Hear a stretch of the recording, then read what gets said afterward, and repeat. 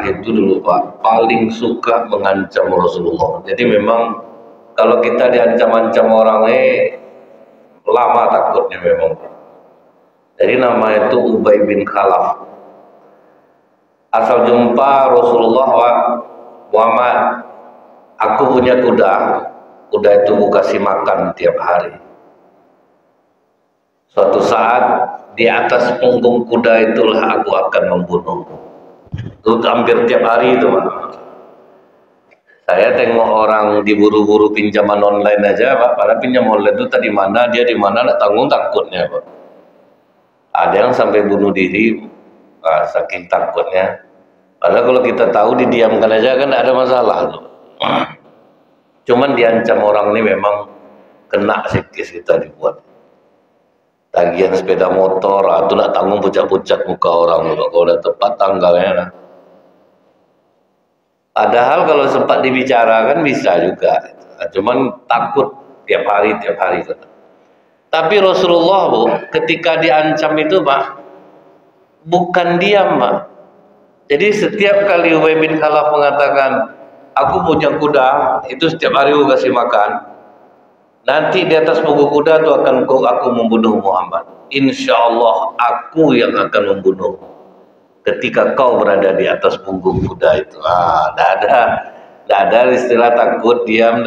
Insya Allah aku yang akan membunuhmu di atas punggung kudamu itu. Setiap kali diancam Rasulullah selalu mengatakan demikian. Sampailah datang masa perang Uhud. Jadi setelah perang Badar, perang Uhud. Di perang Uhud itu Bu, sebetulnya banyak kejadian yang menyertai peperangan ini. Jumlah umat Islam 1.000 orang. Rupanya di antara 1.000 orang ini 300 orang munafik Pak. Membelot, tak jadi ikut perang. Sebagaimana kita ketahui orang munafik ini 3 tandanya, dan itu mungkin ada di diri kita atau di sekitar kita. Berbicara dusta, berjanji mengingkari, dipercaya khianat. Nah ini memang ngeri nih Pak. Makanya kita tidak bisa tenang jiwa kita, takutnya salah satu di antara yang 3 ini masih ada di diri kita. Mungkin kita berbicara tidak dusta Bu. Mana tahu pas diberjanji mengingkari. Atau 2 ini enggak, dipercaya khianat. Itu tuh yang paling banyak Pak. Itu yang ngerinya kita. Mudah-mudahan tidak adalah salah satu pun di antara 3 ini di diri kita. 300 orang yang berkhianat ini sehingga melemahkan pasukan Islam yang 700. Dipimpin oleh Abdullah bin Ubay bin Salul. Jadi sebagaimana yang sering Bapak Ibu dengar juga, orang munafik ini bukan tidak sholat Pak, sholatnya berjamaah Pak.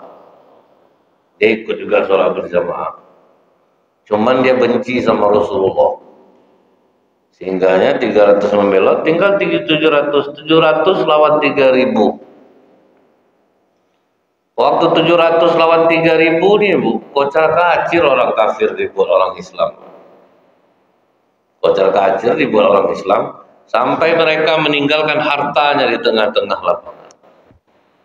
Rasulullah udah ngomong Bu sama pemanah Pak, apapun yang terjadi di bawah sebelum ada komandoku jangan ada yang turun dulu. Tapi begitu nengok harta terlepak di tengah-tengah lapangan tuh, itulah bahaya harta. Sahabat Rasulullah aja khilaf dibuat ya Pak, nengok harta, apalagi kita. Tanpa komando turun pasukan memanah. Waktu itu Khalid bin Walid kan masih kafir Pak. Dihimpunnya pasukan balik, terkepung umat Islam di tengah-tengah. Itu ya habis umat Islam. Disitulah kita tahu Rasulullah itu tidak punya ilmu kebal rupanya. Gigi geraham Rasulullah tanggal, topeng besi penyot, luka badannya.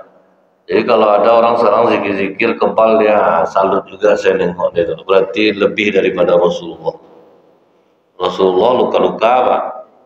Jadi memang ada orang punya ilmu kebal, nggak bisa. Jadi itu yang salut saya nengok dia itu, berarti tinggi amalannya daripada Rasulullah. Rasulullah aja luka-luka, Pak. Nah, sewaktu itu Pak, Ubay bin Khalaf ini nampak naik kuda Pak, menuju ke arah Rasulullah. Yang ngawal Rasulullah banyak. Dia pakai baju besi tanpa celah sedikit pun. Pokoknya semua terlindungi Pak. Siapa yang akan menghadapi Ubay? Kata sahabat semua. Kata Rasulullah, aku yang akan menghadapinya. Biarkan dia. Nah. Jadi Nabi Muhammad itu sebagai pemimpin, sama perang-perang pun ikut Pak. Di mana ada sejarah presiden ikut perang, inilah mungkin dalam Islam. Jadi bukan hanya memerintah orang saja, namun beliau juga ikut turun di kancah peperangan. Walaupun dikawal, tapi tetap ikut dalam itu. Kan semangat orang jadi itu Pak.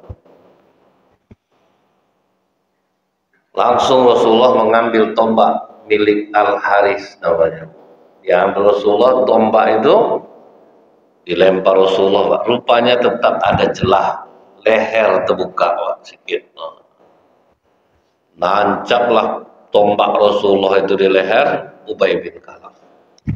Dalam keadaan berdarah-darah itu sempat juga dia pulang ke pasukan dia Pak. Kenapa kau Ubay? Aku dulu pernah mengancam-ngancam Muhammad ini. Kau akan membunuhku dari atas punggung kudaku. Dan dia pernah menjawab, aku akan membunuhmu ketika kau berada di atas punggung kudaku. Jangankan kena tombak lagi, sempat diludahi aja oleh Muhammad, aku dari bawah, dari mati juga aku. Diakui ya Pak. Sempat, tak usahlah pakai tombak lagi, sempat meludah aja Muhammad dari bawah, dari kena aja badan aku ini mati. Wah, itu diakui dia. Udah seketat itu Pak, tidak ada celah, bisa kena lehernya. Nah itulah bagaimana umat Islam ini jangan goyang ketika diancam, jangan goyang ketika dibully, santai saja. Walaupun psikis kita dihantamnya setiap hari, jangan panik. Karena kata Abu Bakar Siddiq, sekalipun engkau tidak akan mati di medan juang, engkau pasti mati walau di atas ranjang. Nah itu Pak.